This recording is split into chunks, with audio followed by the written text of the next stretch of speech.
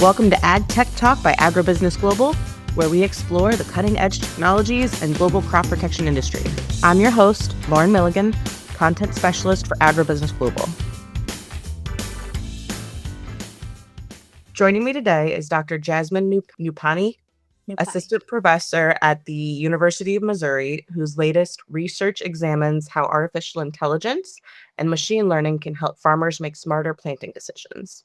By analyzing field-level data, Dr. Neupane and her research team explored where variable rate seeding can improve profitability, optimize input use, and support more strategic fertilizer and crop protection applications. The research focused on corn and soybeans, revealing promising opportunities for corn production while also highlighting the complexities of applying AI-driven recommendations in soybean systems. Today, we'll be discussing a little bit more about what that means for growers and how the machine learning is changing agronomic decision-making. Dr. Neupane, welcome to Ag Tech Talk. It's great to have you with us today. Sure. Thank you so much. I'm glad to be here as well. Thank you. So to get started, for our listeners who might not be data scientists, can you explain a bit more about how machine learning is helping farmers make better planting decisions than traditional methods? Yeah, sure. So whenever we walk into the field, as a producer, we might be able to see small differences, yield across the field. But most of the time, when it comes to management, with the traditional method, we're looking at one or two variables like yield or soil to make decisions on how we want to manage our field. And most of the time, it ends up being the uniform management, whether it's seed rate or nutrient. We just manage every acre the same way. What machine learning allows us to do is now, with this advancement in technologies, we're able to collect plethora of data from our field, and machine learning actually helps us analyze those data. So we're getting more information to build up a story that then helps us manage the field. Information about weather patterns, soil, topography, historical yield, all of that could be brought together and again analyze and also prioritize what data actually makes sense for management decisions in this field. So that's how machine learning is being integrated into decision making. So in simple terms, AI isn't really trying to replace the agronomist as a person. It's more giving them another layer of decision support. Is that a fair way to think about it? Yes, that's right. Just another tool in the toolbox that producers have. So I think it's an important distinction between AI often sounding intimidating, but in reality, it's about helping people make more informed decisions, not kind of taking them out of the equation. That's right. So we call it loop. So the farmer or the producers are always in the loop to help make these kind of decisions. It just we're trying to put into words or quantify what producers already know to some extent, but make better decisions with that quantification. Your research found stronger results in corn as opposed to soybeans. Why do you think soybean management is often more difficult for AI models, and what does that tell us about the crop? That is true. What AI models are doing is they are looking for pattern. And soybean is a crop that is very plastic. In a way, what that means is it's highly adaptive to any environmental stressors, depending on the weather conditions, which we have different every year, soil properties, seed rate. Because of this adaptability of soybean, which is a good thing, but for the machine learning models, it becomes a little difficult to interpret. While corn, on the other hand, especially in case of seed rate, having too high of a seed rate or too low of a seed rate, we can see that impact pretty clearly. So what it comes down to is with corn, the model kind of predict to some extent what the yield would be with the given seed rate, versus in case of soybean, we may need more data. The data set has to be rich in order for the machine learning models to be more efficient in prediction. Were you surprised by the results you saw, or was that something you were kind of expecting heading into the study? It was somewhat expected, but I was not expecting it to be significantly different compared to corn, especially the output of our models, how seed rate like really popped up for corn, of how significant impact it had on yield, versus for soybean. It was most the other properties like the organic matter and the elevation differences of the field that had more significant impact on crop growth and yield. It seems like every crop tends to have its own personality, and soybeans I've always had a reputation for being a little less predictable than corn. Is that true? That is true, yes. So many ag retailers already offer variable rate seeding prescriptions. How does your research improve upon today's recommendations, and where do you think AI adds the most value? So at this point, with the retailers, they already have some kind of tool that some ideas on where the field is doing better, where it is not doing better. Most of the time, it's based on agronomic decision. Okay, this part of the field I'm getting higher yield, so maybe I should put more seed rate in that part. And if this part of the field it has lower productivity, so I'm going to put less seed. However, with the AI tools, now we are also looking at not just yield but also profit and also different other complex. We're able to analyze different complex patterns that exist in the field rather than just yield, which is why it'll give producers and retailers more confidence in terms of making these decisions, make better decisions overall to be more efficient in input management. Is this technology something you can see ag retailers realistically starting to adopt in the near future, or do you think there's a gap to be closed between research and commercial use? I believe this is something that we're moving towards too, also as producers and retailers, given that the sensor technology is becoming more available to the producers and the retailers to be able to collect these kind of data.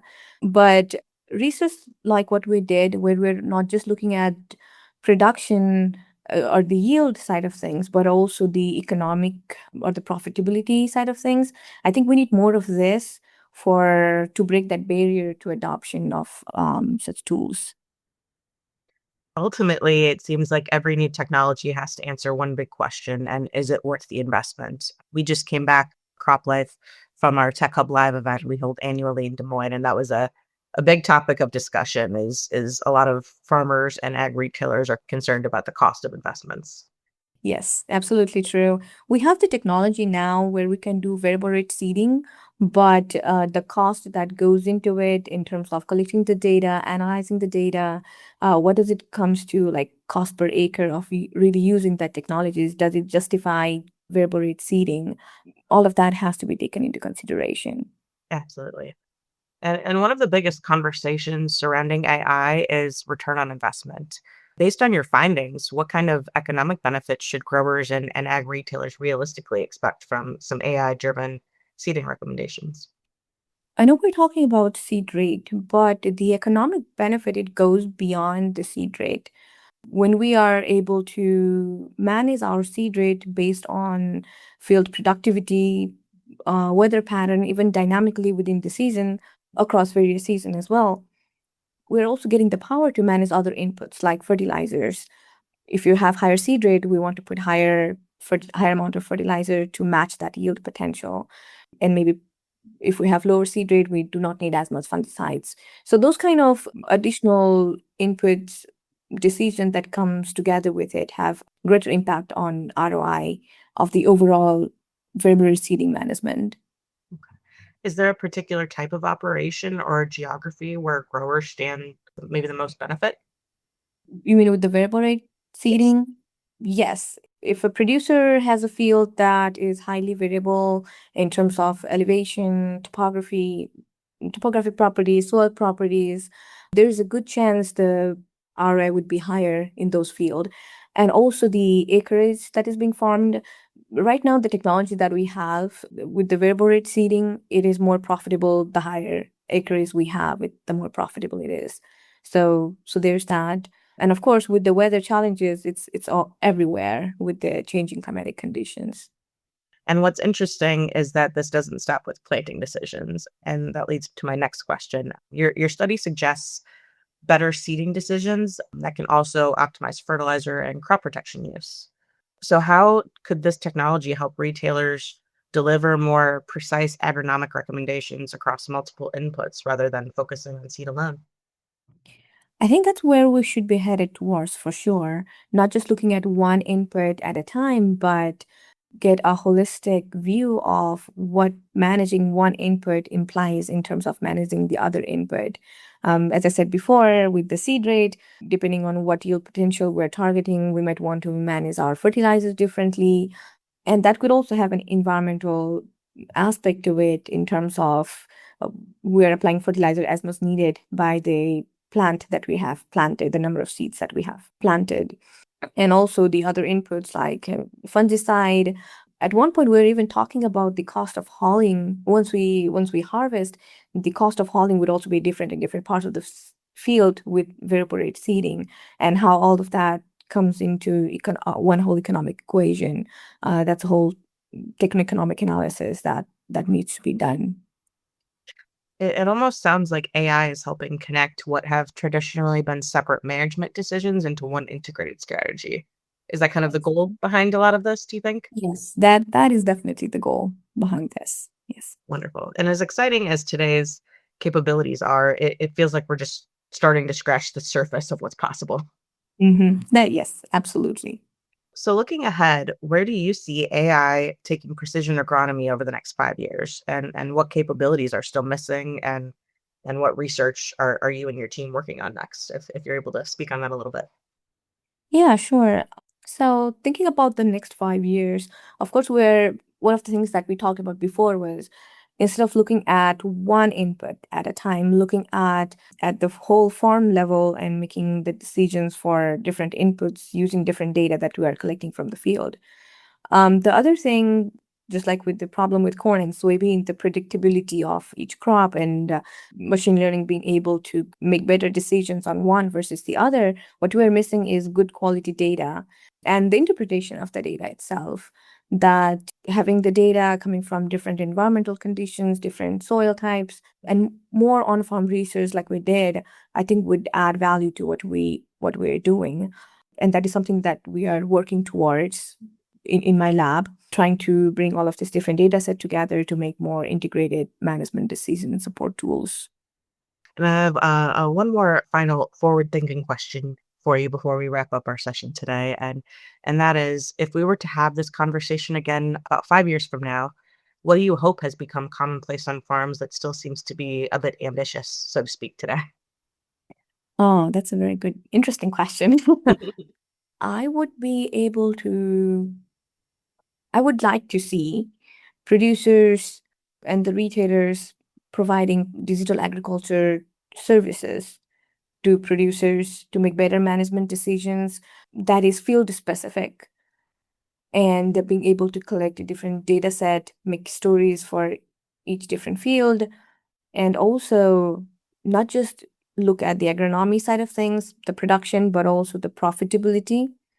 So again, using digital agriculture tools to make decisions that help with the sustainability of production, where we are looking at improving our yield, improving our profitability, but at the same time making environmentally conscious decisions with the help of AI tools. And think of AI as, again, a tool in the toolbox rather than something that is coming after us in terms of replacing us from our field. Wonderful. Were there any final comments or anything else you'd like to add to the conversation before we wrap it up?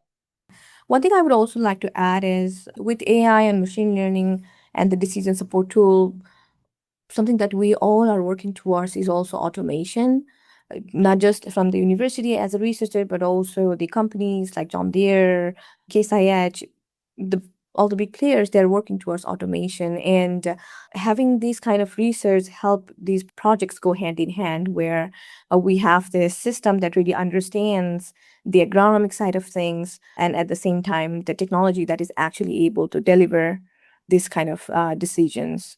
I think that is where we are headed as well. Definitely. Let's hope we can start some better decision making in the next few years. Sure. Absolutely. Well, thank you again so much for your time. I really appreciate it. Yeah, sure. Yes.